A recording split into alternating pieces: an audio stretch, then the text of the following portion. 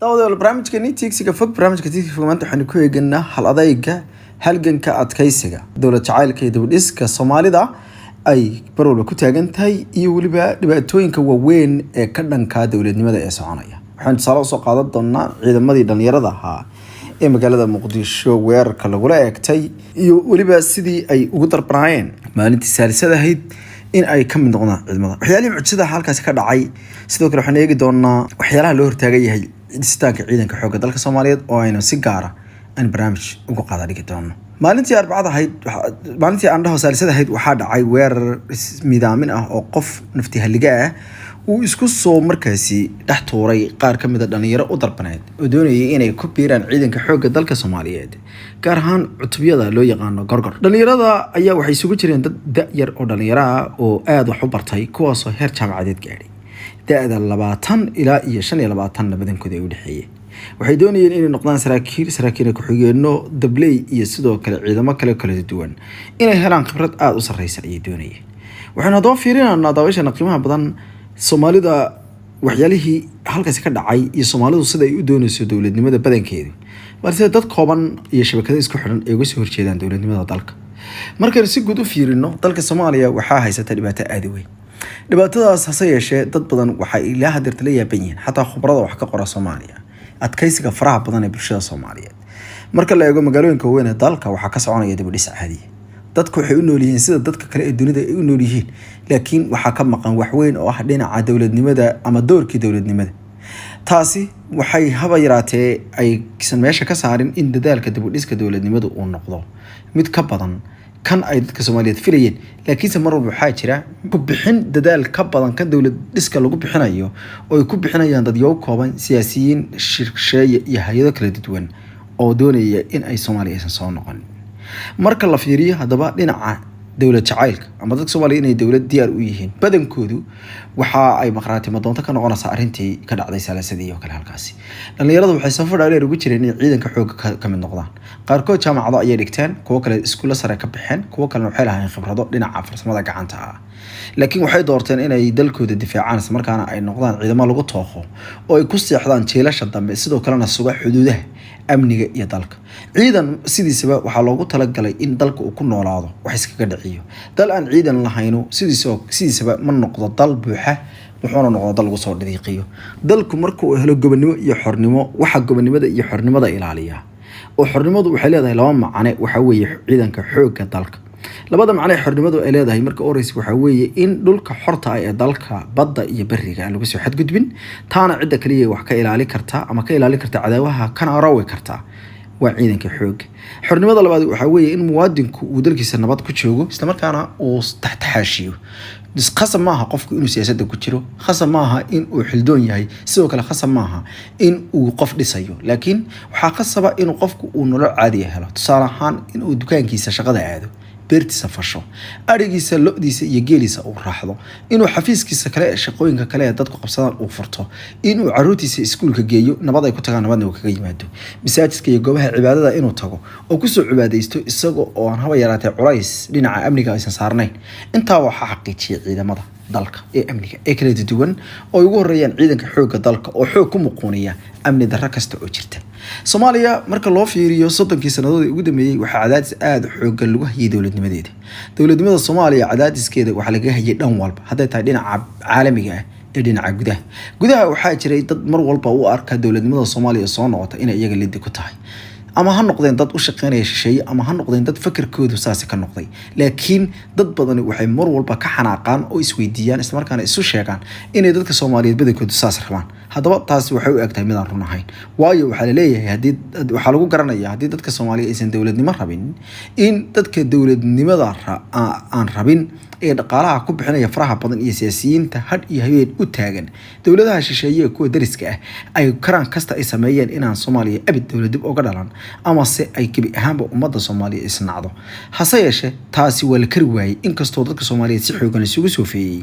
taasi haddana waxay u muuqataa mid aan meel mar noqon isla markaana lagu guuleysanin. arinta ka dhacday hadaba goobtii qaraxu ka dhacay waxay mid mucjisa. dadka horta marka horeysa meesha isugu yimid waxa xusid mudan inay yihiin ciidamo ayagu si dhalinyaro ah oo mutadawacnimo ah u soo doortay una xushay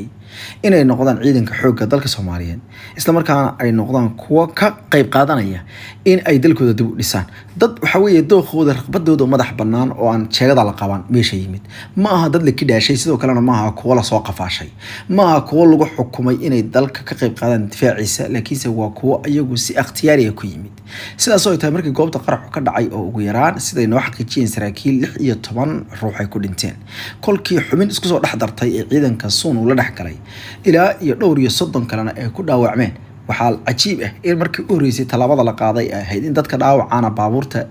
adeega degdega ama gargaarka degdega la saaro halka kuwa kalena lagu daabulay baabuurtii qaadi lahayd meydka iyo waxyaalaha markaasi haraadiga jirka dadka ee masiibadu gaadhay da'yar ayay ahaayeen mustaqbal aad iyo aad wanaagsan ayay lahaayeen waxayna mar walba iyagu niyadooda wanaagsan ay ahayd inay xoog dalka ay ku biiraan dalkooda ay cadowga ka rawaan isla markaana ay dalka Soomaaliya ku soo celiyaan gobonnimadii ka heebeysiga laga heebeysan jiray oo ay kaliya ka ahayd ayagoon u shaqeynaynin cid iyo qabiil qoys iyo gobol haddaba saas ay tahay markii meydka iyo dhaawaca laga soo jeestay maxaa dhacay Horfar Media waxay u korgashay waxyaalihii dhacay markii meydkii iyo dhaawaca laga soo jeestay intii bad qabtay isla markaana wax dhaawac aysan gaarin waxay wacad ku mareen isla markaana ay ku adkeeyeen saraakiisha dhinaca tababarada iyo qoritaanka iyo diiwaangelinta inay hawsha u sii wadaan ma jirin wax dooqa oo haba yaraatee iyo saraakiisha ay ku cadaadisay dadka inay sii joogaan laakiin waxa la yaab noqotay inay dhalinyaradu ay sheegeen inay doonayaan inay waxyaalaha halkan u joogaan ay tahay in dhibkan maanta ay dhex taagan yihiin laftiisa ay ka hortagaan wax ka bedelaan caqligooda cilmigooda iyo kartida hadhowto ay bara doonaan iyo khibradaha dhinaca military ay kaga hortagaan waxaa la yaab noqotay in iyadoo qaraxu uu dhacay subaxnimadii lagu kala tegay 12 saac ama 5 galabnimo marka loo yaqaan goobta kadib markii shaqadii la dhameeyay waxaa la kari waayay dhammaan dhalintii halkaas joogtay ayagoo sheegay ilaa iyo intay gudanayaan waajibaadka dhinaca isdiiwaangelinta ayna hubsanayaan in magacyadooda lagu xardhay dhinaca dadka loo xushay inay ciidanka noqdaan inaysan meesha ka tagi doonin dadka Soomaaliyeed adkaysigooda marka laga hadlayo waxa lala meel dhigaa dhagaxa oo kale ama buuraha dhagxanta waxaa taas loo leeyahay buuraha dhagxanta roob dabayl dhaxan wax kasta oo dhaca halkooda ay joogaan Soomaalida dad badan waxa laga yaabaa inay ka niyad jabaan qaarkood markay arkaan intooda xun waxaana badan intooda wacan waayo inta dadka inta wanaagsan waa inta aamusan isla markaana ka shaqeynaya waxyaalaha wanaaga dawladnimada raba duceynaya qaarkood ay kuwaas ciidamada ka qayb qaadanayeen kuwa kalena ay dalka la rabaan wanaag iyo horumar halka kuwa kalena aysan awood lahayn laakiin in kooban oo qaylinaysa cunfi wada isla markaana shisheeye iyo sokeeye cid u shaqeynayaan aan garanaynin oo iska daba ka wareegaya sida awrta macasarada ma aha kuwa ka tajubaya Soomaalinimada asalka ah waxyaalaha kale cajiibka waxa weeye in ciidanka xoogga dalka Soomaaliyeed ka hortagkiisa uu noqday mid loo midoobay waxaana iska muuqata in ciidanka ay mijo iyo madaxba isugu xidhan yihiin dadka ay isku mabda ka noqday in ay ciidanka weeraraan kuwa dilaya qarxanaya marka laga bilaabo laguna joojiyo kuwa hadiya habeen la taagan warbaahinta in ay kala furfuraan kala dhantaalaan sirtooda in banaanka la keeno ay ka shaqeeyaan sidoo kale in la dhaliilo la ogaado tiradooda sidoo kale la cayimo tiradooda la shaambadeeyo oo si gaar ah loo shaambadeeyo oo lala xidhiidhiyo shakhsi sida madaxweynaha dalka oo kale ama xukuumadda oo kale ama dawladda markaas talada haysa waxa la oran karaa inkastoo la arko inay wadooyin kala duwan marayaan qolo ay qarax maraso kuwa kale ay dil toogasho marayaan kuwa kale miinooyin loo dhigay marayaan kuwa kale in xero lagu weeraro hayse kuwa markaasi tiro iyo tayahaan in la weeqo in meelaha ay kula sugan yihiin la ogaado in goorta imaanayaan la ogaado waa ka masal waa isku mase iyo kuwa doonaya in 18 oo askari aan la dhaafin oo markaasi isugu yeera markaasi wadamada waaweyn ee dunida arrimahaas oo marka la soo wada dumo waa hal mabda uun ayay isugu imaanayaan oo ah ka hortagga ciidankii xoogga dalka Soomaaliyeed libaaxyada Afrika ee mar loo ogaa in ay noqdaan kuwo cadowga iyo nacabkuna ay ka seexan waayaan dalkuna markaasi ay ku seexdaan iyo shacabka Soomaaliyeed inkastoo khaladaadka dhinaca ciidamada mar walba ay yihiin kuwo ku koobnaada hoggaanka cidda markaasi haysa haddana waxa muhuraan in mar walba ciidanku uu yahay baahida ugu weyn ee maanta ay Soomaalidu qabto Soomaalida dhowr jeer waxa tusaalayaal ugu filaaday in qabaa'il ishubeeya iyo dad markaasi ama maamul goboleed ha noqdeen gobol ha noqdeen iyo sidoo kale dad isku tagtagay aysan iska celi karin dawlad haba noqoto mid kamid ah dawladaha adduunka ugu awoodda yar haday soo weerarto nidaamka dawliga wuxuu ka bilowdaa hab isku xiran oo dhinaca amniga siyaasadda iyo waliba qalabka ciidanku wuxuu u baahan yahay siyaasad oo ah madaxda dalka inay siyaasad ku hagaan halka qalab iyo markaasi tababar iyo tiro ay ugu baahan yihiin marka ay noqoto inay gacan wax ku qabtaan iyo ficil ama ay talaabo ay qaadaan markaasi ciidan haddaba waxa loo baahan yahay in la ogaado dhowr arrimood waaweyn kaliya maaha dadka adkaysanaya ciidanka xoogga dalka Soomaaliyeed waxaa ku jirta ganacsato duruufo adag ku soo shaqeeyay oo dalka Soomaaliya ka tirsan kuwaas oo ayaguna dalkooda diiday inay ka tagaan isla markaana si kastoo loo dhaliilo ama si kastoo loo amaanaba kaliya ugu yaraan ku adkaystay in dalka Soomaaliya laga helo ganacsiyo kala duwan waxaa jira kuwa ka shaqeeya teknoolajiyadda dhinaca teknoolajiyadda internetka iyo shirkadaha isgaarsiinta dalka waxa ay noqdeen kuwa ilaa xad tusaale loo soo qaatay wadanka aad arkaysid isaas la sheegaya ayaa lambar 1 ka noqday dhinaca internetka qiimaha jaban iyo sidoo kale dhinaca xawli ku socoshada wuxuu wadanku sidoo kale kaalmaha sarsare ee shisheeka ka jira dhinaca qalabka teknoolajiyadda iyo elektrooniga in loo soo dhoofiyo da'yarta Soomaaliyeed badankoodu waxa kuwada wax bartay ee u sahlanaatay inay wax aqriyaan waxna qoraan waxay wada fahansan yihiin ama fikir guud ka haystaan ugu yaraan sida loo isticmaalo telefoonada caqilka taasi waa adkaysi marka dadka qaarkood aad u sheegto inaad Soomaaliya ka timid isla markaana aad isticmaalaysay internet adigoo jooga goobo ka fog magaalooyinka isla markaana isticmaalaya adeega internetka waxay noqonaysaa arin aysan ka rumaysan dad badan oo ka arka internetka dacayaadka laga buuxiyay ee Soomaalida lagu caayo oo ay jiraan hay'ado NGO-yo iyo kuwa kale oo ka shaqeysanaya oo mar walba magac dilaya dadka Soomaaliyeed kana dhigaya dad wax matarayaal xataa dunida kale markay Soomaalidu u hayaantay una dagaagtay badankoodu kuma fashilmin ha ugu darnaadeen Soomaalida ugu u hayaantay dhinaca waqooyiga Amerika dalalka la yiraahdo kuwa badan oo kamid ah waxbay barteen waxayna waliba barteen cilmiyada kala duwan aqoomaha kala lakabyada ah sida maadooyinka ugu sareeya caafimaadka sayniska kiimikada qaar baa bartay kuwa kale waxay barteen technology-ga iyo waliba dhinaca yaalaha kale ay kamid tahay farsamada dhinaca shaybaarada iyo waxyaalo kale oo kala duwan waxayna gaadheen horumaro kuwa kale waxa ay yeesheen gawaadhi baabuur ama dabcan qaaliga iyo waliba sidoo kale guriyo ay ku nool yihiin oo qaarkood ay $100,000 oo dollar ay yihiin sida daraaddeed dadka Soomaaliyeed marka loo eego ummad ahaan waa ummad cajiib dhanka iscaawinta Soomaalidu way iska xasiisaa dhibaatadana iskuma eegato xagga isku tiirsanaasha iyo isku dul noolku waa ka caadi Soomaaliduna caan bay kaga yihiin dunida inteeda kale waxaad arkaysaa qoys ku dul nool qof ku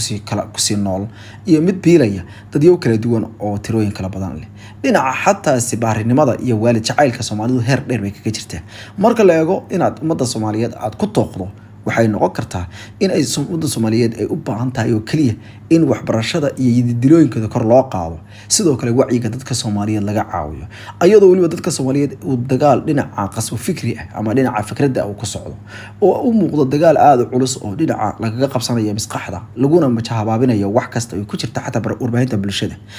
dad badan ay isku dayayaan inay ku talaalaan cudurka iska kaba talaala ee qabiilka waxaa loo arkaa sayashii hadii la heli lahaa dad yow ka qayb qaata wacyigelinta isla markaana cilmigooda wax garannimadooda uga faa'iideeya si joogto ah isla markaana kor u qaado wacyiga da'yarta Soomaaliyeed oo ayagu intooda badan ka koran qabiil ogna inaysan qabiil xog noqon karin waxaa la aaminsan yahay in dalka Soomaaliya uu horumar weyn gaari karo waxaa kaloo la aaminsan yahay khibrado isku raacsan yihiin haday Soomaaliya 10 sanadood soo socota ay horey u socoto dhinaca nabadgelyada soo noqoshada in ay dhaqaale ahaan iyo horumar ahaan waddanku noqonayo wadamada adduunka iyo Afrikaba tiigsada ama ka daba orda dalal badan oo geeska Afrika waxa ay ku qiyaaseen in Soomaaliya oo 6 sanadood oo dhamay ammaan joogto ah hesha ciidankeedu kor u kaco lamaha amnigeedu ay hagaagaan qabyaaladu ay hoos u dhacdo isla markaana dadka buunka qabyaalada mar walba afuufaya laga tago waxay aaminsan yihiin inay hoggaanka dhinaca dhaqaalaha ee qaaradda Afrika oo dhan ay iyadu hoggaami doonto waxayna aaminsan yihiin sidoo kale dadka Soomaaliyeed ay yihiin dad isbedelka dhinaca dhaqaalaha si aad u fudud ku sameeya dad marka ay mar walba isku tiirsan oo iscaawiya marar badan hase yeeshee waxaa mar walba laga digaya arrimaha ay kamid tahay xasadka isku fiirsiga iyo isreebista adduunka qofka horumarkaas yar sameeya ee ka tirsan bulsho iyo dalkaas uu ku tooqaastay markaan ku faana waxaa la siiyaa bilado shahaadooyin baa lagu aqoonsadaa sidoo kale waa la baaweeyaa warbaahinta oo dhan ayaa la isugu yeeraa isla markaana waxa ay noqdaan mid uu dalka ku tooqo dadku waxay ku tooqaan inuu qof ka soo dhaxbaxo ilaahay uu keeno hal shay oo yar oo aad iyo aad basiid ah ama ikhtirac ku sameeyo wax aan saas u sii weynayn laakiin dunida u baahneed waxaa jira dad yow badan oo xataa ayagoo dhalashooyin kala haysta meelo kalena ku dhashay aad loo baaweeyay waxaa kamid ah tusaale ahaan wiilka Turkiga ah ee ka tirsan shirkadda Pfizer kaasoo sameeyay talaalka Pfizer oo dalka Turkiga ka gees laga faanay lagana tooqay hase yeeshee sidaas oo ay tahay hal talaal oo Pfizer ka kamid ah wali Turkiga ma gaarin halka in ka badan 300 oo milyan oo dalka Mareykanka lagu duray taa macnaheedu waxa weeye xataa meel kale ha joogay qofku aanu idaaqaya waxaa muuqata in dadka Soomaaliyeed ay u baahan yihiin si xooggan in ay bartaan in adduunku uu ku tiirsan yahay oo kaliya da'yarta da'yartu waa kuwa ugu ballaaran ee dalkooda isbedelka ku sameeya da'yartu waa kuwa dila afkaaraha hore ee kuwa ka horreeyay ku khaldameen da'yartu waa kuwa ka leexday jidadka khaldan ee la sameeyay da'yarta Soomaaliyeed badankooda gaar ahaan ciidanka xoogga dalka Soomaaliyeed wuxuu u muuqdaa kuwaas u tafaxaydan waxayna noqon karaan dad bedela gabi ahaanba waxa laga aaminsan yahay Soomaalida ama iyaga dhexdooda iska aaminsan yihiin sidoo kale wuxuu noqon karaa kuwa yididilo u sameeya hooyooyinka waalidiinta iyo dadka waaweyn ee qurbaha qowga ku haya oo u hamuun qaba in dalkooda inta ku soo noqdaan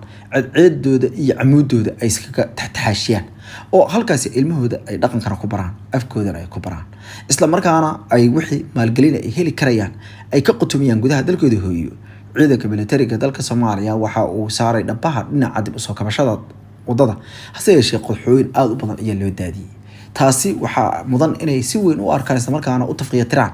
shacabka Soomaaliyeed ee dawladnimada jecel sidoo kale la doonaya in dalka Soomaaliyeed mar kale uu cagiisa dib isugu taago oo helo gobonimadii haybadii iyo ka haybaysigii cadaawaha nacabka iyo shisheeyaha waxay u muuqataa taasi inay maalmo kooban ay ka harsan yihiin